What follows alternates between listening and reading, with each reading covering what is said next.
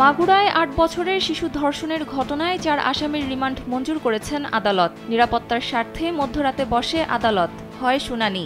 কারণ বেলা ১১টা থেকে ২:৩০ পর্যন্ত চিফ জুডিশিয়াল ম্যাজিস্ট্রেট আদালতের মূল ফটক অবরোধ করে বিক্ষোভ করেন আন্দোলনকারীরা। তাদের হাতে ধর্ষকদের তুলে দেওয়ার দাবি জানায় জনতা। লোমহর্ষক এই ঘটনা গোটা দেশের মানুষের বিবেককে নাড়িয়ে দিয়েছে।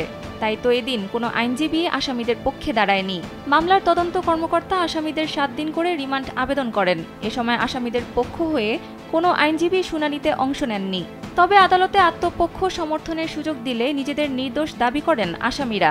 রিমান্ড না দেওয়ারও দাবি করেন তারা। মামলার তদন্ত কর্মকর্তার পক্ষ থেকে জানানো হয়, ভুক্তভোগী শিশু অচেতন থাকায় জবানবন্দি নেওয়া যায়নি। ইনসেক্ট রিপেলেন্ট মাস্টার ব্যাচ যুক্ত আরএফএল ওয়াট্রো, কাপড় যত্নে রাখার নাম্বার 1 সলিউশন। ফলে আসামিদের জিজ্ঞাসাবাদ করা জরুরি। উভয় পক্ষের যুক্তিতর্ক শেষে মামলার মূল অভিযুক্তকে ৭ দিন এবং অন্য ৩ আসামিকে ৫ দিন করে রিমান্ড মঞ্জুর করেন বিচারক।